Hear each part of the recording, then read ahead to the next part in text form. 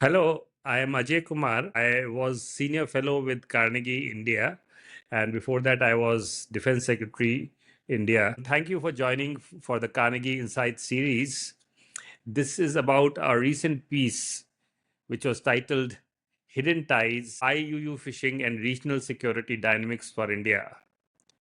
This paper explores the growing threat posed by illegal, unregulated, and unlawful fishing, a challenge that goes far beyond environmental damage. IU fishing undermines food security, damages fragile ecosystems, and threatens livelihoods of coastal communities, particularly in developing countries. But the problem doesn't stop there. It is increasingly linked to organized crime, including drug smuggling, arms trafficking, and piracy, making it a serious concern for global maritime security. What makes IU fishing especially difficult to address is that it happens at sea, often far from the reach of national enforcement. The sheer size of the ocean makes continuous monitoring nearly impossible. And while some fishing happens illegally within national waters, a lot of it takes place in the high seas where rules are weaker and the oversight is limited. And it is because of this, uh, I and my colleague Charukeshi Bhatt worked on this area to throw some more light, especially in the context of strategic implications it could have in the Indian Ocean region and in the context of India.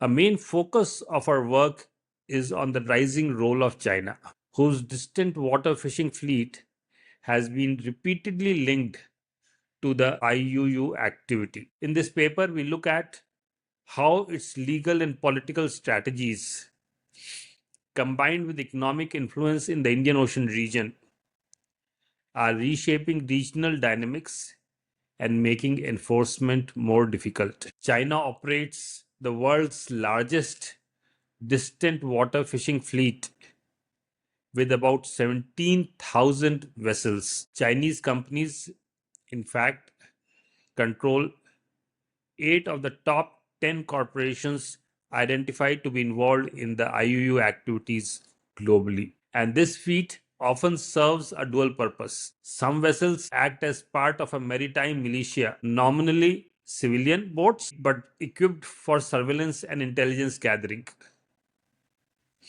These operations expand China's strategic influence, and especially in the Indian Ocean region, where presence of Chinese fishing and research vessels has grown significantly in recent years.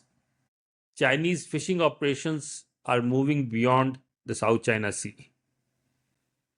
And in the South China Sea itself, over 90% of large fish stocks have already been depleted. Now China is moving into new waters, and this expansion poses serious geopolitical risks in the region. While IUU fishing is often framed as an ecological or economic concern, it is equally a legal and strategic challenge. It can potentially complicate regional politics, fuel organized crime, and it also raises serious concerns about maritime law and enforcement.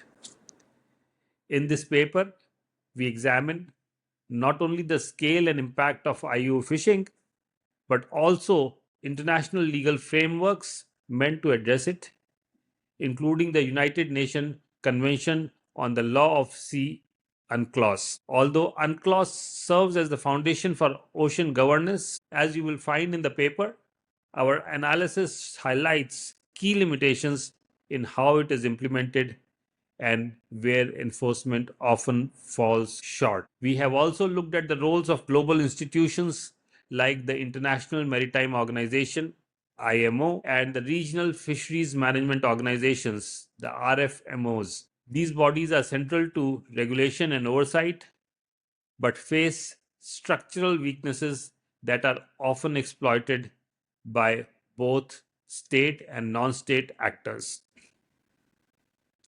We analyze legal frameworks that have overlapping jurisdictions to bring forth the specific shortcomings that IUU offenders are able to exploit to continue their operations. Overall, the research makes the case for IUU fishing to feature more prominently in discussions on maritime security in the Indian Ocean region. You can find the full piece in the link, and thank you once again for joining.